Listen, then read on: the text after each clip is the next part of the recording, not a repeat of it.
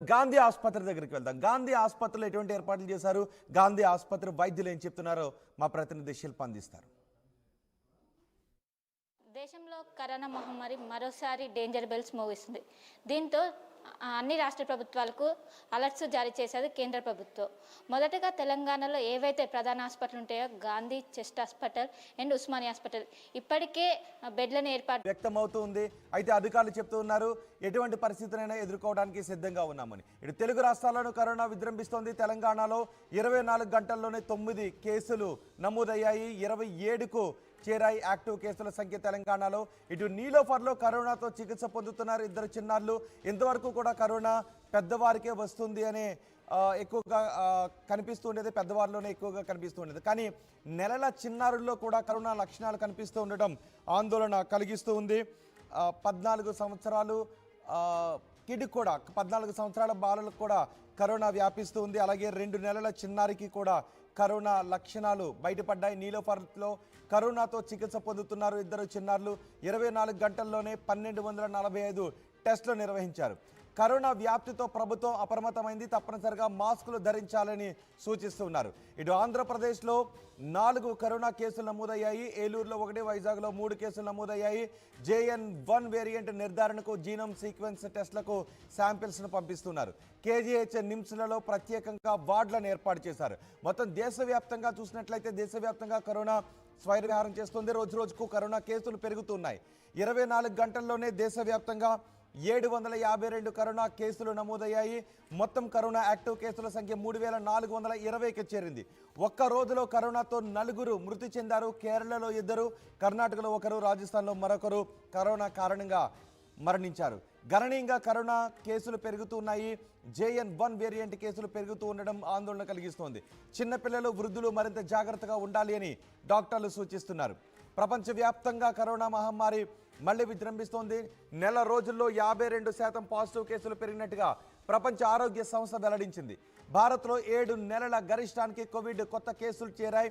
కేరళ తర్వాత కర్ణాటక, తమిళనాడు, పుదుచ్చేరి, మహారాష్ట్రలో యాక్టివ్ కేసులు ఎక్కువగా నమోదవుతున్నాయి.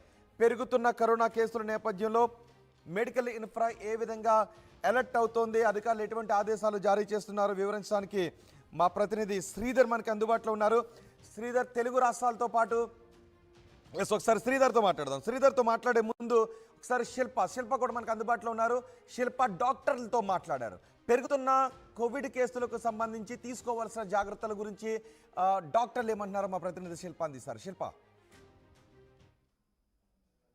నీలోఫర్ హాస్పిటల్లో తొలి కరోనా కేసు నమోదైంది. 15 నెలల చిన్నారికి కరోనా నిర్ధారణ అయినట్టు వైద్య సిబ్బందులు చెప్పారు. సో దీని గురించి మనతో మాట్లాడడానికి హాస్పిటల్ సూపరింటెండెంట్ ఉషారాని ఉన్నారు. వారితో మాట్లాడదాం. మ్యామ్, చెప్పండి, ఎప్పుడు హాస్పిటల్లో జాయిన్ అయ్యారు, ఇప్పుడు ఏ విధంగా ఉంది కండిషన్? ఈ చైల్డ్ ఒక సంవత్సరం 2 నెలల బాబు, నాంపల్లి ఏరియా నుంచి వచ్చిన అబ్బాయి. 18th డిసెంబర్ రోజు మా దగ్గర న్యూమోనియా సిమ్టమ్స్ అడ్మిట్ అయ్యాడు. ఇప్పుడు ప్రెసెంట్ గవర్నమెంట్ గైడ్ లైన్స్ పెట్టి మేము అన్ని న్యూమోనియా కేసెస్కి కోవిడ్ టెస్ట్ చేస్తున్నాము. దానిలో ఈ బాబుకి పాజిటివ్ వచ్చింది. ఇప్పుడైతే స్టేబుల్గా ఉన్నాడు చైల్డ్. జస్ట్ ఆక్సిజన్ మీద మేనేజ్ చేస్తున్నాము. 1-2 డేస్లో డిశ్చార్జ్ కూడా అవుతాడు. అంటే న్యూమోనియాతో ఎంతమందికి టెస్ట్లు చేశారు, ఎంతమందికి పాజిటివ్ వచ్చింది? మా దగ్గర యాక్చువల్గా చిల్డ్రన్లో 5 సంవత్సరాల పిల్లల్లో కామనెస్ట్ ఇన్ఫెక్షన్, అడ్మిషన్కి అవసరమైన ఇన్ఫెక్షన్ అనేది న్యూమోనియానే. యూజువల్గా దగ్గు, జలుబు, జ్వరంతో అడ్మిట్ అవుతుంటారు. మామూలు ఈ కోవిడ్ ఇంక్రీజ్ అవుతున్నాయి అని అలర్ట్ వచ్చినాక మేము సెపరేట్ రెస్పిరేటరీ ఓపీ రన్ చేస్తున్నాం. అంటే ఇదివరకు కోవిడ్ గైడ్లైన్స్ ఎట్లా ఫాలో అయ్యేవాళ్ళమో ఇప్పుడు అంతా గైడ్లైన్స్ ఫాలో చేస్తున్నాం. ఇప్పుడు జ్వరం కానీ, దగ్గు, జలుబు సిమ్టమ్స్ ఉన్న వాళ్ళకి సెపరేట్ ఓపీ రన్ చేస్తున్నాము. అలాగే వీళ్ళలో సివియర్ సిమ్టమ్స్ అంటే ఆయాసము లేదా డల్గా ఉన్న పిల్లల్ని అడ్మిట్ చేయడం జరుగుతుంది. సో దీన్నే సివియర్ అక్యూట్ రెస్పిరేటరీ ఇల్నెస్ అంటాం. అంటే ఫీవర్ ఉండి, ఆయాసం ఉండి, దగ్గు, జలుబు ఉన్న వాళ్ళు. ఇలాంటి కేసెస్ మాకు ఇప్పుడు ఈ రోజు నాడు 83 కేసెస్ ఉన్నాయి. అందరికీ ఇప్పుడు టెస్టులు పంపిస్తున్నాము. ఈ చేసిన టెస్ట్లో, నిన్నటి వరకు చేసిన టెస్ట్లో 1 కేసు మాత్రం పాజిటివ్ వచ్చింది. చైల్డ్ అయితే స్టేబుల్గా ఉన్నాడు. దేశవ్యాప్తంగా కరోనా కేసులు రోజుకు రోజు పెరుగుతున్నాయి. సో ఇప్పుడు పిల్లలు ఎలాంటి జాగ్రత్తలు తీసుకోవాలి మెయిన్గా? ఇదివరకు ఎట్లా చేసుకున్నామో మిగతా వేవ్స్కి లక్కీగా ఒకరి నుంచి ఒకరికి ట్రాన్స్మిషన్ ఎక్కువ ఉన్నా కూడా సివియరిటీ లేదు ఇప్పుడు వచ్చే స్ట్రెయిన్ వల్ల, కొత్త స్ట్రెయిన్ వల్ల. సో ఇన్ఫెక్షన్ రాకుండా మనం ఐసోలేషన్ ప్రికాషన్స్ అంటే సిమ్టమ్స్ ఉన్న వాళ్ళు ఇంటి నుంచి బయటికి రాకూడదు. అలాగే మాస్క్ ఓవర్ క్రౌడెడ్ ప్లేసెస్కి పిల్లల్ని తీసుకెళ్ళకూడదు. ఒకవేళ వెళ్ళాల్సి వస్తే మాస్క్ కంపల్సరీ ధరించాలి. అలాగే హ్యాండ్ వాషింగ్, బయట నుంచి వచ్చిన వెంటనే హ్యాండ్ వాష్ చేసుకోవడం. అలాగే జ్వరము దగ్గు జలుబు ఉన్న పిల్లల్ని స్కూల్కి పంపకపోవడం పేరెంట్స్ ప్రత్యేకంగా తీసుకోవాల్సిన జాగ్రత్తలు. ఇప్పుడు హాస్పిటల్కి వచ్చే వరకు ఎలాంటి సూచనలు జారీ చేస్తున్నారు?